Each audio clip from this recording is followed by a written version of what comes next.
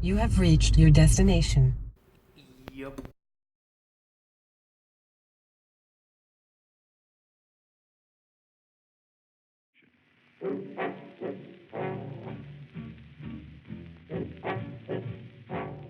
So at this point in time, after having removed the body and the gas tank, I've taken out the engine and transmission, the drivetrain, drive shaft, and a bunch of other systems on the car that I was either going to replace or renovate, so they're off in the garage somewhere else.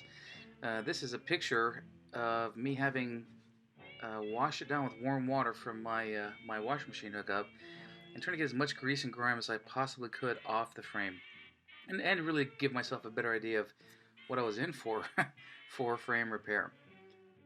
So off came the front clip and associated mounting bits, the leaf springs and the rear shocks, the rear end and associated mounting bits, and into an industrial strength cleaning bath machine, and out they came, mostly degreased and ready for renovation. And there it is, mostly bare. So at one point, I sort of thought that I would strip this myself with wire wheels and flapper discs, and I realized that it would just be too much of a pain in the ass. So I opted to take this off to a sandblaster. Prior to that, though, I wanted to get as much frame repair as I needed out of the way, and then see what I had for after the sandblasting was done. And oh boy, so you're looking at the inner right side of the frame, quite a bit of rust there. I would de-rustify as much as I could to find as much clean metal. I cut out a big piece there. I traced out a piece of metal and welded it in.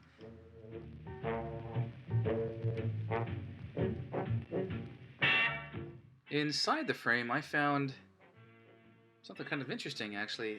I called it a foamy piece, but I would later find out that it was part of the sound deadening for the car, placed in there by the designers and builders way back in 1958.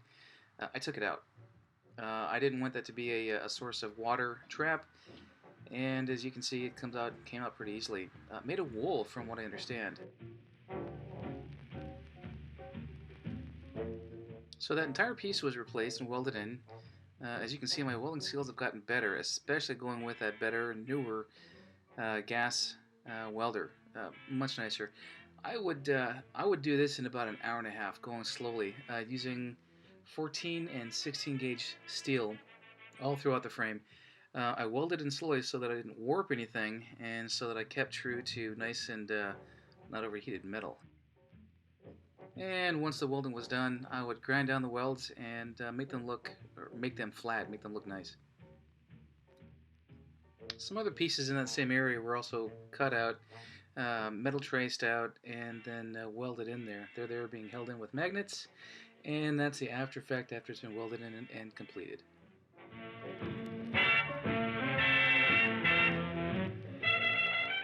And once I had all that done, I turned my attention to the seat rails, the floor rails. I don't know what you call them.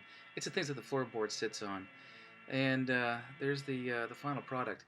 I didn't use any fancy tools. I just used my ankle grinder, which you saw in the picture there, a vise, a bunch of clamps, and my own ingenuity. So, if you think that this is beyond you, or this is something that you can't do in your garage, I'm a testament telling you that you can.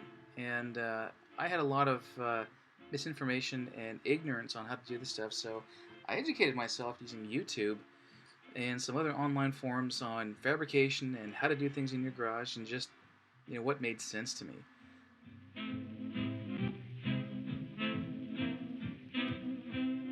I also had to rebuild my left and right rear battery boxes, as you can tell here. Or maybe you can't. What's missing in the center frame there is the left side battery box. It was completely gone, rusted out long ago.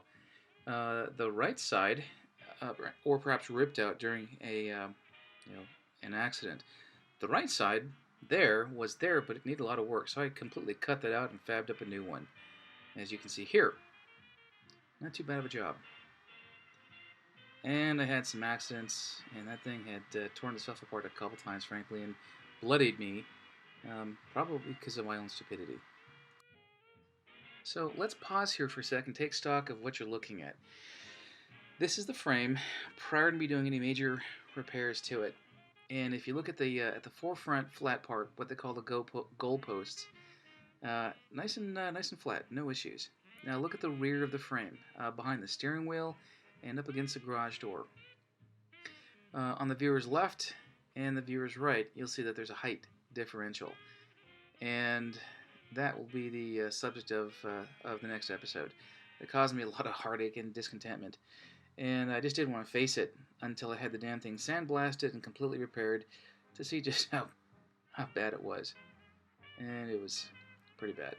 So, repairs done, ready to go off to a sandblaster, and off I took it. So while waiting for the sandblaster, I finished the front springs, the rear end,